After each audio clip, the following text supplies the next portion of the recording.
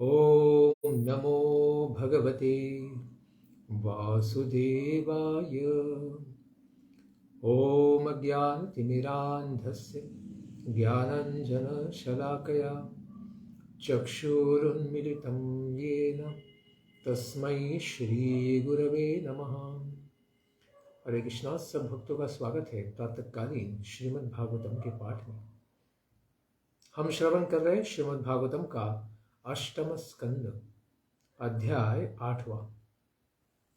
समुद्र मंथन की लीला में भगवान शिवजी ने कालकूट विष को अपने गले में ही धारण कर लिया, जिसके कारण उनका नाम नीलकंठ हुआ।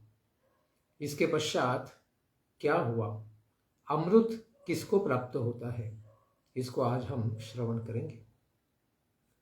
श्री शुक उवाच पीते गरे वृषांकेण प्रीतास्ते मरदानवः ममन्थुस्तरसा सिन्धुं हवीर्धानी ततो भवत्। सुखदेव गोस्वामी कहते हैं कि परीक्षित, भगवान शिवजी के द्वारा गरे पीते कालकूट विष को पीने के पश्चात देवताओं और दैत्य इन दोनों के द्वारा बड़ा हर्ष का अनुभव किया गया और वे नए उत्साह से मंदराचल पर्वत का मंथन करने लगे। तो फिर उसके पश्चात समुद्र से एक के पीछे एक अद्भुत ऐसी वस्तुएं प्रकट होनी प्रारंभ हो गई। तो जिस प्रकार हृदय का पहले मंथन शुरू होगा, तो कालकूट विष के समान ही हमारे हृदय में जो भी मलिनताएं हैं, भौतिक इच्छाएं हैं, वासनाएं, वो पहले ऊपर आएंगी कालकूट विष की तरह, और बाद में फिर अमृतमयी कृष्ण प्रेम भी आएगा। लेकिन उसे समय लगता है, क्योंकि उसके लिए उतना मंथन करना आवश्यक होता है। कौन कौन सी वस्तुएं ऐसे मंथन के द्वारा प्रकट होंगी, इसको हम श्रवण करेंगे। तामाग्निहोत्रिं ऋषयो जगृहुर्ब्रह्मवादिनः यज्ञस्य देवयानस्य मेध्याय हविषे नृप। हे राजन परीक्षित, अग्निहोत्र की सामग्री उत्पन्न करने वाली कामधेनु को ब्रह्मलोक तक पहुंचाने वाले यज्ञ के पवित्र हविष्य के लिए ब्रह्मवादी ऋषियों ने प्राप्त किया। गायों में श्रेष्ठ कामधेनु माता, जिनके द्वारा पंचगव्य प्राप्त होते हैं, जिनसे भगवान को प्रसन्न करने के लिए हम यज्ञ कर सकते हैं, ऐसी कामधेनु माता उत्पन्न होने पर ब्रह्मलोक तक पहुंचाने वाली जो दिव्य यज्ञ होते हैं, उनके हविष्य करने के लिए ब्रह्मवादी ऋषियों ने, महर्षियों ने उस गाय को प्राप्त किया। उसके पश्चात समुद्र मंथन से क्या निकला? तत उच्चैश्रवा नाम हयो भूश्चंद्र पांडुरः तस्मिन् बलिः स्पृहां चक्रे नेन्द्र ईश्वर शिक्षया। उसके पश्चात उच्चैश्रवक नामक अश्व उत्पन्न हुआ। उच्चैश्रवा यानी उसका हिन हिनाना अत्यंत उच्च स्वर में होता है, ऐसा घोड़ा उत्पन्न हुआ। उसको प्राप्त करने की इच्छा किसने की? बलि महाराज, दैत्यों के इंद्र ने। दैत्यों का राजा, दैत्यों का इंद्र, दैत्येंद्र बलि महाराज ने इस प्रकार इच्छा की। तो इंद्र ने उस घोड़े के लिए इच्छा नहीं की। उसने कहा कि भगवान ने कहा है, अगर कोई उस मंथन के द्वारा निकलने वाली वस्तु के लिए इच्छा करे तो इंद्र उसे अवश्य ही दे दे। तो इस प्रकार उच्चैश्रवा घोड़ा बलि महाराज को मिल गया। उसके पश्चात क्या निकला? तत ऐरावतो नाम वारणेन्द्रो विनिर्गतः दन्तैश्चतुर्भिः श्वेतात् हरेन् भगवतो महिम् उसके पश्चात 4 दांतों वाले चतुर्विही दंतैहि, 4 बड़े बड़े दांत वाला भगवान शंकर के कैलाश पर्वत की महिमा को अपने शिखर पे 4 दांतों वाला, क्योंकि भगवान शिव जी का भी कैलाश पर्वत जो है उसमें भी 4 शिखर होते हैं, उसी प्रकार से अत्यंत सुंदर दिखने वाला ऐसा ऐरावत नाम का हाथी उत्पन्न हुआ। और यह हाथी उत्पन्न होने के पश्चात यह हाथी इंद्र भगवान को प्राप्त हो गया। उसके पश्चात क्या प्राप्त हुआ? कौस्तुभ आख्याम भूद्रत्नम पद्मरागो महोदधे तस्मिन् हरिः स्पृहां चक्रे वक्षोलंकरणे मणौ। उसके पश्चात उस महासागर से कमल के समान कांति वाला अत्यंत सुंदर कौस्तुभ नामक मणि प्रकट हुआ। उसको भगवान श्री हरि अपने वक्ष स्थल को अलंकृत करने के लिए इच्छा करते हैं। हरि ही स्पृहा चक्रे, भगवान हरि जो अजितनाभ नाम से इस लीला में प्रकट है, उन भगवान श्री विष्णु को यह कौस्तुभ नामक मणि प्राप्त हो गया। उसके पश्चात क्या आया? ततो भवत् पारिजातः सूरलोक विभूषणम् ओरयत्तर्थिनो योर्थै शश्वत भुवि यथा भवान। उसके पश्चात देवलोक के विशेष भूषण के समान पारिजात नामक अत्यंत सुंदर और महान सुगंध वाला वृक्ष प्रकट हुआ, जो अपने अर्थियों की कामनाओं को उसी तरह से पूरा करता है जिस तरह आप अपने अर्थियों की कामनाओं को इस भूलोक में पूरा करते हैं। सारी इच्छाओं को पूर्ण करने वाला यह कल्प वृक्ष उत्पन्न हुआ।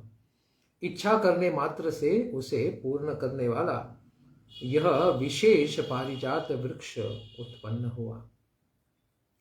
ततश्चाप्सरसो जाता निष्ककण्ठ्यः सुवाससः रमण्यः स्वर्गिणां वल्गु गतिलीलावलोकनैः।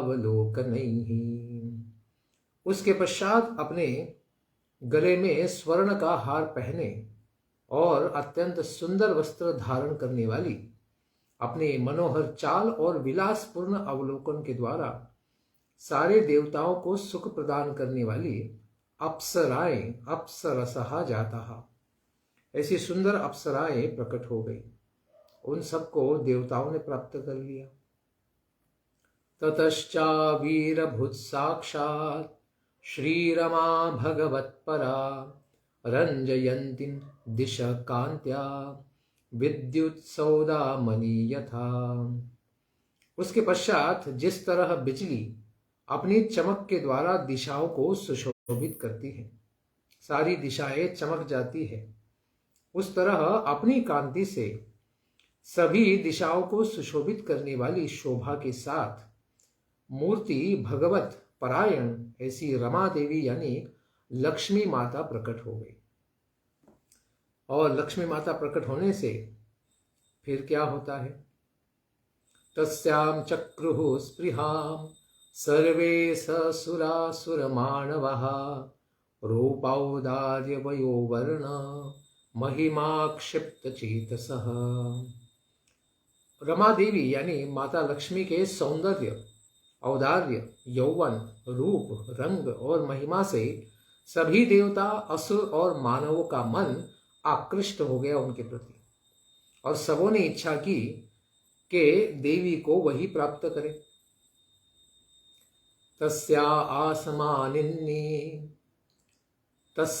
आसनमानिन्नी महेन्द्रो महदद्भुतं मूर्तिमत्यः सरिश्चेष्टा हेमकुंभैर्जलं शुचि।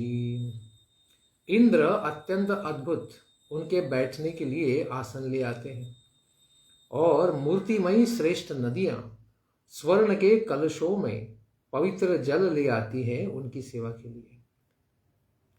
अभिषेचनिका भूमिर आहरत सकलौषधिः गावः पंच पवित्राणि वसंतो मधुमाधवो। पृथ्वी देवी ने अभिषेक के योग्य सकल औषधि ही सारी औषधियों को प्रदान करती हैं। गौ माता ने पंचगव्य सारे प्रदान कर दिए और वसंत ऋतु ने चैत्र और वैशाख मास में होने वाले फूलों और फलों को माता की सेवा में अर्पित कर दिया। सब लोग माता लक्ष्मी देवी की सेवा में लग गए। ऋषया कल्पयांश्चक्रुर अभिषेकं यथा विधि जगोर्भद्राणि गंधर्वा नट्यश्च न नृतुर्जगुः। ऋषि मुनियों ने यथा विधि अभिषेकम चक्रु श्री देवी का विधि पूर्वक अभिषेक किया। गंधर्वों ने मंगलमय गीतों को गाया और नर्तकियां नाच नाच कर अपना आनंद व्यक्त करने लगी। मेघा मृदंग पनवम ऊरजान कगो मुखान व्यनादयन शंख वेणु वीणास्तु मलनिहि स्वनान। मेघ देह धारण करके मृदंग, डमरू, ढोल, नगाड़े, नरसिंहे, शंख, वेणु, वीणा आदि सब बड़े जोर जोर से बजाने लगे। ततो भीषिचिचूर्देवीं श्रियं पद्मकरां सतीं दीघिभः पूर्णकलशैः सुप्तवाक्यैर्द्विजेरितैः। उसके पश्चात द्विज यानी ब्राह्मण यह सब साथ मिलकर गण वेद पाठ करते हैं, स्तुतियों को गाते हैं। सूक्तों के द्वारा जो सुंदर सुंदर रचनाएं हैं उनको माता लक्ष्मी की प्रसन्नता के लिए गाते हैं। उस समय दिग्गजों ने जल भरे कलशों से हाथ में कमल लिए हुए माता श्री देवी का अभिषेक किया। समुद्र पीत कौशेय वाससी समुपाहरत वरुणः स्रजं वैजयन्तीं मधुना मत्तशतपदाम्। समुद्र ने उनके पहनने के लिए 2 पीले रेशमी वस्त्र दिए और वरुण देव ने जिस पर ऐसी उनको वैजयंती माला प्रदान की जिसके पराग के लोभी भंवरे गुंजन कर रहे थे। अत्यंत सुंदर सुंदर वस्तुओं को माता को सेवा में सब लोग दे रहे हैं। भूषणानि विचित्राणि विश्वकर्मा प्रजापति हारं सरस्वती पद्मम् अजः नागाश्च कुंडली। प्रजापति विश्वकर्मा ने विभिन्न प्रकार के भूषणों को लक्ष्मी देवी को दिया। सरस्वती देवी ने उनके लिए कंठहार दिया। ब्रह्मा जी ने कमल पुष्प दिया और नागों ने कर्ण कुंडल प्रदान किए। ततः कुतस्वस्तयनोपलस्त्रजं नदद्विरेफां परिगृह्य पाणिना चचाल वक्रं सुकपोलकुण्डलं सव्रीडहासं ददति सुशोभनम्। उसके पश्चात ब्राह्मणों ने स्वस्त्यनम पाठ कर लेने पर जिस पर भंवरे गुंजार करते हैं ऐसी कमल की माला अपने हाथ में लेकर वे लोग चले। उनके सुंदर कपोलों पर कुंडल लटक रहे थे। कुछ लज्जा युक्त हंसी से युक्त मुख को धारण करती हुई वे सर्वगुण संपन्न महान लक्ष्मी देवी इस प्रकार से महान पुरुष का वर्ण करने के लिए चल पड़े। माता ने कमल पुष्प की माला ली। अभी लक्ष्मी देवी किसको वर्ण करेंगी? इस प्रकार सब लोग क्या करते हैं, एक पंक्ति में खड़े हो जाते हैं कि देखते हैं कि माता किसको स्वीकार करती है। स्तनद्वयं चाति कृशोदरी समिं दरी समम निरंतरम चंदन कुंकुमोक्षितम ततस्ततोनुपूरवल्गुसीञ्जैतैर् विसर्पति हेमलतेव सा बभौ। अति कृशोदरी, अत्यंत पतली कमर वाली, वे जिन पर चंदन और केसर का लेप लगा था, ऐसे परस्पर में सटे हुए बराबर एक साथ उनके दो स्तनों को धारण की हुई माता लक्ष्मी देवी जब चलती थी, तब उनके नुपुरों का मधुर झंकार होता था और ऐसा लगता था कि कोई सोने की लता ही इधर उधर घूम रही है। विलोकयन्ती निरवध्यमात्मनः पदम ध्रुवम चाव्यभिचारि सद्गुणम् गंधर्वयक्षासुरसिद्धचारण त्रैविष्टपेयादिषु नान्वविन्दत। समस्त सद्गुणों से संपन्न अविनाशी निर्दोष अपने आश्रय का अन्वेषण करती हुई, अपने पति को ढूंढती हुई माता लक्ष्मी गंधर्व, यक्ष, असुर, सिद्ध, चारण और देवताओं को पार करती रहती है। यानी सबको देखती है कि क्या यह योग्य पति है, तो उनमें कोई विशेष गुण न पाने के कारण माता उनको स्वीकार नहीं करती है। किसी न किसी में, यानी हर एक में कोई न कोई दोष उन्हें दिखता ही था। कौन कौन से दोष? नूनम तपो यस्य न मन्यु निर्जयो ज्ञानम क्वचित् तच्च न संगवर्जितम कश्चिन्महांस्तस्य न काम निर्जयः स ईश्वर किं परतो व्यपाश्रयः। उन्होंने देखा किसी में तपस्या तो है, बड़ा तप करते हैं, किंतु वे अपने क्रोध को नियंत्रित नहीं कर पाते, अपने क्रोध को नहीं जीता है उन्होंने। किसी में ज्ञान तो बहुत है, किंतु वे आसक्ति से रहित नहीं है। ज्ञान होने पर भी उनके अंदर वैराग्य नहीं है। कोई अत्यंत महान तो है, फिर भी वह काम पर विजय प्राप्त नहीं कर सका है। उसने महान गुणों को प्राप्त किया है, लेकिन मन में भौतिक कामनाओं का उन्होंने त्याग नहीं किया है। और कोई ईश्वर तो है, बड़े अधिपति लोकपाल बने हैं, लेकिन फिर भी वह भी किसी दूसरे ईश्वर के अधीन नहीं है। वह स्वतंत्र नहीं है, किसी दूसरे के द्वारा नियंत्रित ही है, क्योंकि सब लोग तो भगवान के द्वारा नियंत्रित हैं।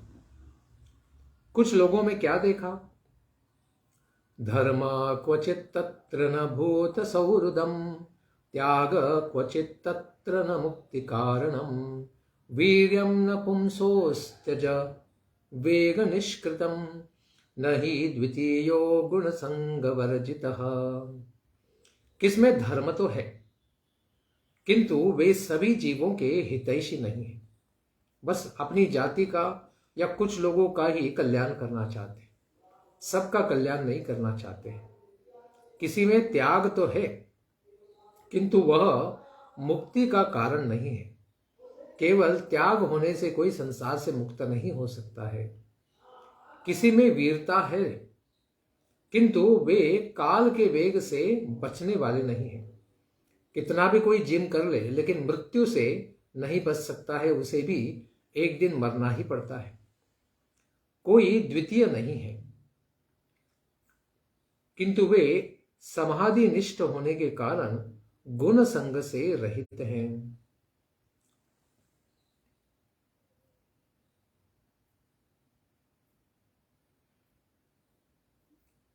जिस प्रकार से उदाहरण देते हैं कि श्री परशुराम जी सबका कल्याण करते हैं, लेकिन भूत प्रेतों का कल्याण नहीं करते। शिवजी इत्यादि तो बड़े त्यागी हैं, किंतु वह मुक्ति का कारण नहीं है। उन्हें भी राम नाम के द्वारा ही अपने भक्तों का कल्याण करना पड़ता है। जैसे फिर अनक उदाहरण देते हैं, कार्तवीर्य अर्जुन आदि में भी बड़ी वीरता है, फिर भी वे काल के प्रभाव से बच नहीं पाते, उन्हें भी मरना ही पड़ता है। समाधि निष्ठ रहने के कारण सनकादि चतुष्कुमार मुनि द्वितीय गुण से रहित होने के कारण उनके पति नहीं हो सकते हैं। यानी उनके अंदर सत्वगुण तो बड़ा भरा हुआ है, लेकिन क्या उन्होंने सत्वगुण को पार किया है? समाधि तो प्राप्त कर लेते हैं वे, फिर भी सत्वगुण को पार करके क्या उन्होंने भगवान को पाया है पूरी तरह? इस प्रकार से इन सब को उन्होंने नकार दिया। और कुछ लोगों में क्या दोष उन्होंने देखे? क्वचित चिरायुर्न हि शील मंगलम क्वचित तपत्यस्ति न वेद्यमायुषः यत्रो भयं कुत्र च सोप्य मंगलः सुमंगलः कश्चन कांक्षते हि माम। क्वचित चिरायुः, किसी में चिरायु अवस्था प्राप्त है, यानी बड़े लंबे समय के लिए वे लोग जी सकते हैं। नहीं शील मंगलम, किंतु उनके अंदर शील मंगल नहीं है। क्वचित तदपि अस्ति नैवेद्यम आयुष्य, किसमें शील मंगल तो है, उनके अंदर ज्ञान और शील तो है, किंतु उनके आयु का कोई ठिकाना नहीं है। किसी में ये दोनों है, शील मंगल भी है, आयु भी है, लेकिन फिर भी वे स्वयं अमंगल रूप है। लेकिन भगवान विष्णु सभी मंगलमय गुणों के आश्रय हैं, किंतु वे मुझको चाहते ही नहीं है। भगवान विष्णु में कोई भौतिक कामना ही नहीं है। कश्चन माम कांक्षते ही, वे भगवान किसी चीज की इच्छा नहीं करते और लक्ष्मी की भी इच्छा नहीं करते। इस प्रकार लक्ष्मी देवी ने देखा कि मार्कंडेय ऋषि आदि उनको बड़ा आशीर्वाद है कि चिरायु है, बड़ी लंबी आयु है उनकी, फिर भी उनमें शील मंगल नहीं है, क्योंकि वे तो अपनी इंद्रियों का दमन करते रहते हैं, इंद्रिय नियमन में लगे रहते हैं। हिरण्यकशिपु आदि में शील मंगल तो है, किंतु उनकी आयु का कोई ठिकाना नहीं है, उसे भगवान मार देते हैं, क्योंकि भगवान से द्वेष करने के कारण उसकी कभी भी मृत्यु हो सकती है। ऐसे असुरों की मृत्यु भगवान के द्वारा निश्चित होती है। श्री रुद्र में मार्कंडेय आदि के समान चिरायुष्टत्व है, यानी रुद्र भी कभी मरते नहीं है। वे इंद्रिय दमन का भी ज्यादा उत्साह नहीं रखते हैं, अतएव उनमें पूर्वोक्त दोष दोनों नहीं है। फिर भी वे अमंगल वेश धारण करते हैं, भस्म को सारे शरीर पर लगाते हैं और त्रिशूल आदि लेकर डमरू बजाते हैं और स्मशान में ही रहते हैं। इस प्रकार बाहरी रूप से वे थोड़े अमंगलकारी वेश धारण करते हैं। श्री भगवान को लक्ष्य करते हुए कहती हैं कि कोई अमंगल और निर्दोष है, किंतु मुझको चाहते ही नहीं है। भगवान जो है सब दोषों से मुक्त है, लेकिन वे तो आत्माराम है, वे स्वयं में ही रमण करते हैं, उन्हें लक्ष्मी की भी अपेक्षा नहीं है। इस प्रकार सोचते हुए वो क्या करती है? एवं विमृशा व्यभिचारि सद्गुणैर् वरं निजैकाश्रयता गुणाश्रयम् वव्रे वरं सर्वगुणैरपेक्षितं रमा मुकुंदम निरपेक्षमिप्सितम्।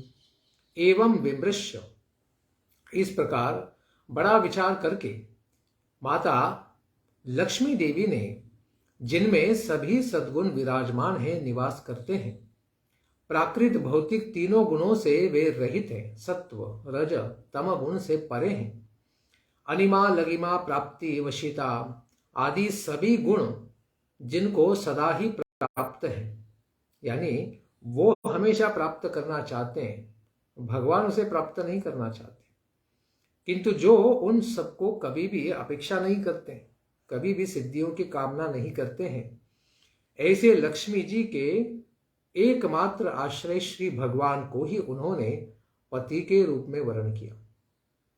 इस लीला से पता चलता है कि स्त्री को हमेशा ही पति को प्राप्त करना चाहिए, क्योंकि उनका रक्षण करने के लिए एक स्वामी की आवश्यकता तो अवश्य होती है। इसलिए माता लक्ष्मी ने देखा कि भगवान को उनके लिए कोई इच्छा नहीं है, भगवान उनकी कामना नहीं करते हैं, फिर भी लक्ष्मी ने अपने स्वतंत्रता को उनके चरणों में समर्पित कर दिया। भगवान के चरणों में ही वे आश्रित हो गई। इस प्रकार से स्त्री जाति को हमेशा ही पति के द्वारा आश्रित होना चाहिए, तभी उनका कल्याण हो सकता है। इस प्रकार लक्ष्मी देवी किसकी कामना करती हैं? उसी की कामना करती हैं जो उनकी भी कामना नहीं करते हैं। जो अकाम है, आत्माराम है, ऐसे भगवान श्री विष्णु को ही वे इच्छा करती हैं, उन्हीं के चरणों में समर्पित हो जाती हैं। इसीलिए किसी के भी पास लक्ष्मी आ सकती हैं, लेकिन वहां रहेंगी नहीं, वो भगवान के पास ही चली जाती है। तस्याम संदेश उशतिम नवकंजमालाम माद्यन मधुव्रतवरूथ गिरोपघुष्टाम तस्तौ निदाय निकटे तदुरः स्वधाम स व्रीडहास विकसन्नयनेन याता। जिसके चारों ओर मतवाले मधुकर गुंजार कर रहे थे। मनोहर नवीन कमल की माला अत्यंत सुंदरता से उनके हाथ में थी और सारे मधुमक्खियां और बाकी भी भौरे वगैरह वहां पर गुंजारव कर रहे थे। ऐसी दिव्य माला श्री भगवान विष्णु के ही गले में माता लक्ष्मी जी डाल देती हैं और उनके ही सन्निकट में वे खड़ी हो जाती हैं और वे अपने निवास स्थान श्री भगवान के वक्षस्थल को लज्जा मिश्रित मुस्कान से विकसित नेत्रों से देखने लगती हैं। भगवान को इस प्रकार से माता लक्ष्मी ने ही वर के रूप में चुना, उन्हीं को पति बनाया और उन्हीं के साथ माता सदा के लिए विराजमान हो गई और उनके वक्षस्थल पे भी उन्होंने श्रीवत्स चिन्ह के रूप में स्थान प्राप्त किया। तस्या श्री जगस्त्रिजगतो जनको जनन्या वक्षो निवासमकरोत् परमं विभूतेः श्रीस्वा प्रजा सकरुणेन निरीक्षणेन यत्र स्थितैधयत साधिपतिं स्त्रीलोकान्। जगत पिता श्री भगवान ने जगत की माता श्री देवी के अपने वक्षस्थल में निवास करने का स्थान दिया। माता नित्य ही वहां विराजमान करने लगी।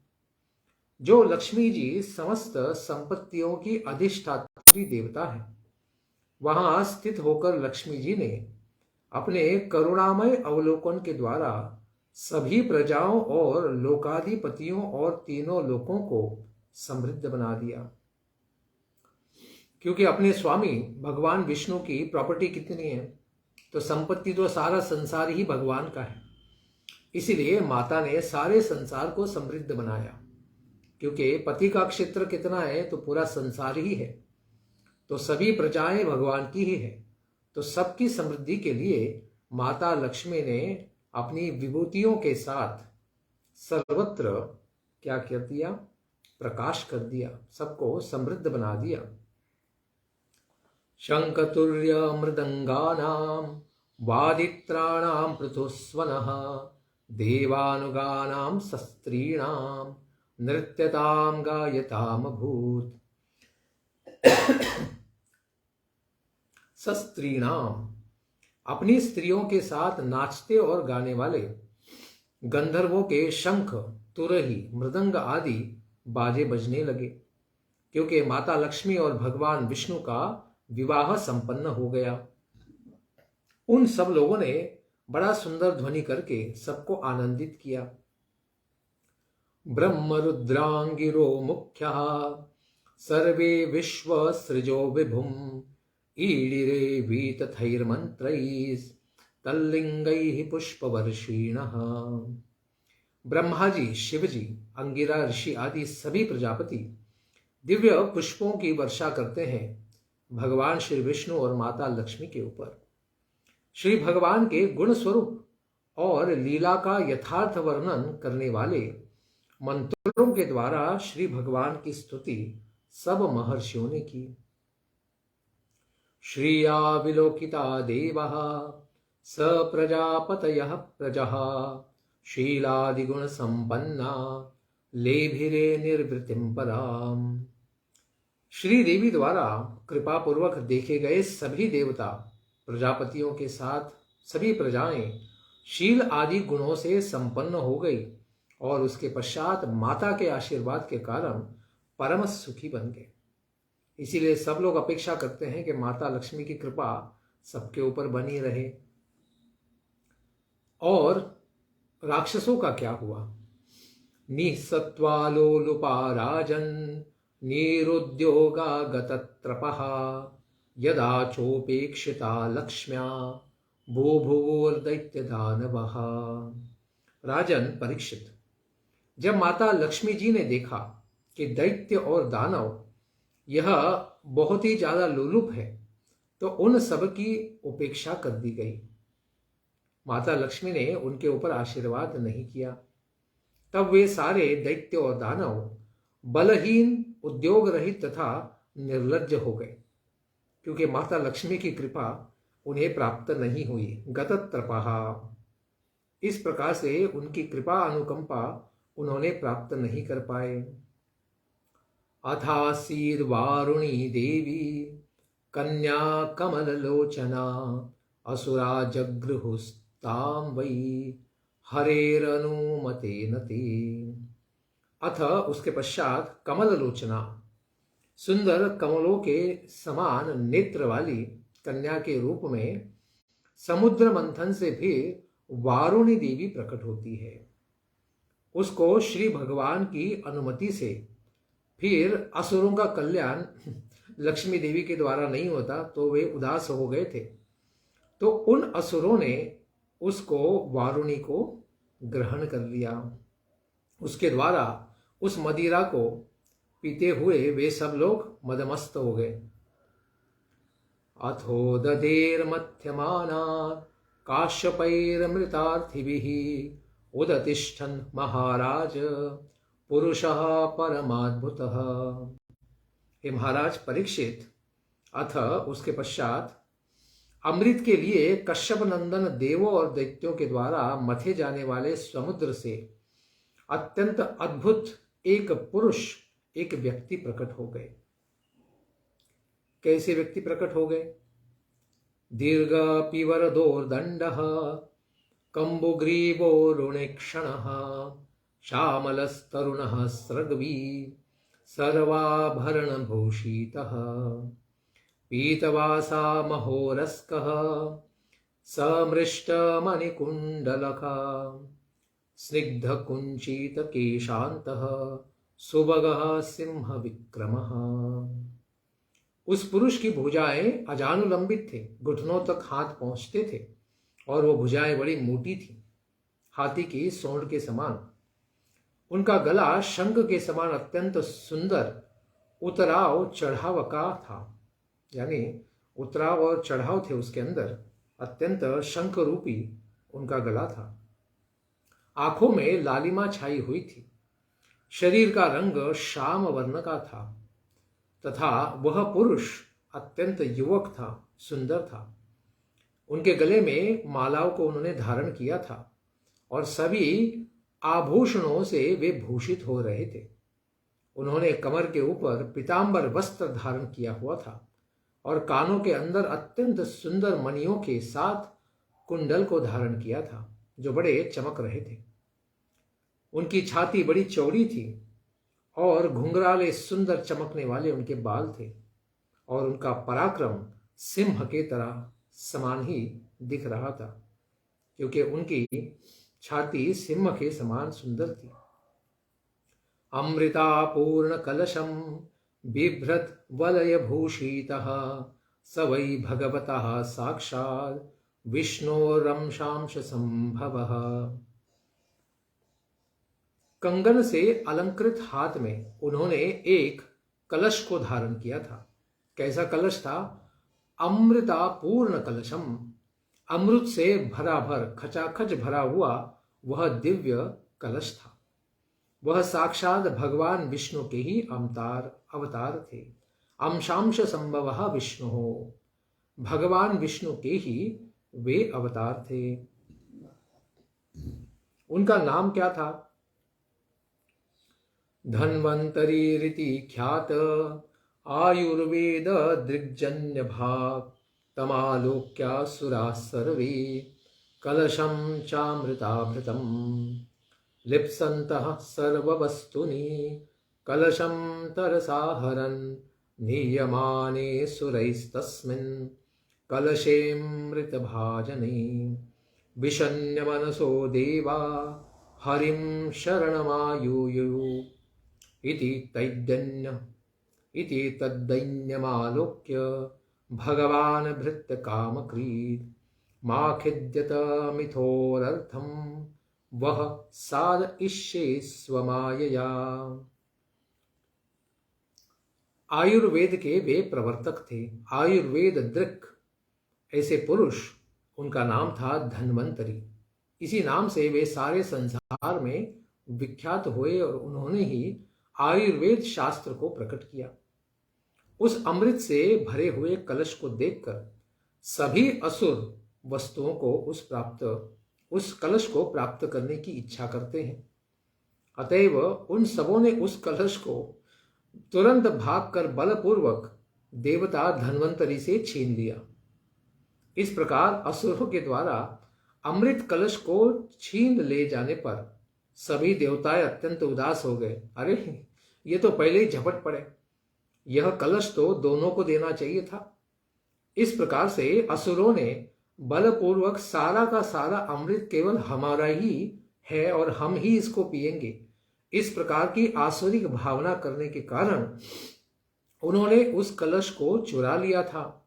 इसलिए देवता लोग बड़े उदास हो गए और भक्त की कामनाओं को पूर्ण करने वाले श्री भगवान के चरण कमलों पे उन्होंने आश्रय शरणागति स्वीकार की, क्योंकि भगवान के आदेश और उपदेश के साथ ही उन्हीं नियमों को पालन करते हुए देवताओं ने इस प्रकार से मंथन में भाग लिया था। लेकिन अभी यह असुर ही सब अमृत को लेकर भाग रहे थे, तो उन्होंने तुरंत वहां पर युद्ध आरंभ नहीं किया। वे भगवान की शरणागति में गए, क्योंकि उन्हें पता था कि भगवान ही सब तरह से न्याय कर सकते हैं। इसलिए तुरंत भगवान के चरणों में गए। भगवान ने कहा कि तुम लोग दुखी मत हो, मैं तुम्हारा अवश्य ही कल्याण करूंगा। और इस प्रकार अपनी माया से उन सबों में मैं आपसी फूट डाल दूंगा और तुम सबका कल्याण काम करूंगा। डरो मत, मैं मोहिनी की रचना करूंगा जिसके द्वारा तुम्हारा कल्याण होगा और इस असुरों का, जिन्होंने बलपूर्वक अधर्म के द्वारा इस प्रकार धन्वंतरी से जो अमृत चोरी कर लिया है, वो पान नहीं कर पाएंगे। मीतः कलिर्भुत्तेशं तदर्थे तर्षचेतसाम् अहं पूर्वम न त्वमिति प्रभो। राजन परीक्षित, अमृत लोलुप उन सबों में भी पहले मैं पीऊंगा, इस प्रकार से असुरों के अंदर ही वैमनस्य भाव आ गया, झगड़ा चालू हो गया। और दूसरा कहने लगा, जो उस अमृत कलश को पकड़ लेता था वो कहता था तुम नहीं, मैं पहले पीऊंगा। इस प्रकार उनके परस्पर में ही क्या हो गया, कलह हो गया, क्योंकि असुर पहले देवताओं को उसको पीने नहीं देना चाहते थे, लेकिन बाद में वे किसी दूसरे असुर को या दैत्य को भी नहीं देना चाहते थे। एक ही दैत्य सबका सब गठ कर जाना चाहता था। इस प्रकार से अत्यधिक काम वासना के कारण उनमें फिर कलह झगड़ा प्रारंभ हो गया। देवाः स्वं भागम अर्हन्ति ये तुल्याया सह हेतवः सत्र याग इवैस्तस्मिन् एष धर्म सनातनः। कुछ दैत्यों ने कहा कि देवताओं ने भी हम लोगों के समान परिश्रम किया है, अतएव देवताओं को भी उसी तरह उनका भाग मिलना चाहिए जिस तरह सत्र याग में मिलता है। जब भगवान की प्रसन्नता के लिए सनातन धर्म में यज्ञ किए जाते हैं, उसमें स्वभागम अर्हन्ति, सभी देवताओं को और ऋषि महर्षियों को उस यज्ञ में उनका प्रसाद अवश्य ही मिलता है, जिससे उनका भी कल्याण होता है। तो कुछ आधा धर्म जानने वाले इस प्रकार के दैत्यों ने कहा कि अरे हमें भी दो और उन देवताओं को भी दो जिन्होंने इस प्रकार से इस यज्ञ में यानी समुद्र मंथन की लीला में अपना सहयोग दिया है, उनका भी तो कल्याण करो।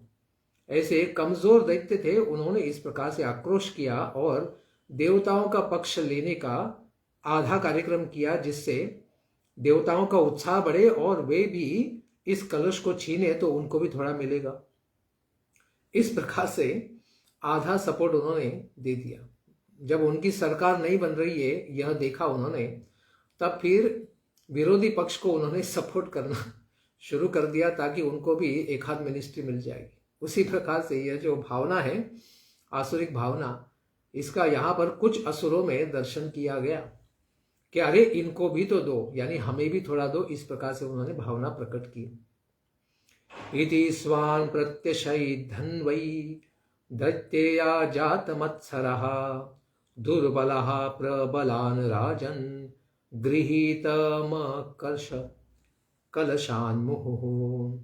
राजन परीक्षित, इति जात, इस तरह जिनमें मत्सरा जात, द्वेष की भावना अभी बहुत उत्पन्न हो गई थी, और दुर्बल दैत्य उन प्रबल दैत्यों को जो कलश के लिए थे, कलश के लिए झगड़ा कर रहे थे, उन सबको बारंबार रोकने का प्रयास करते रहे।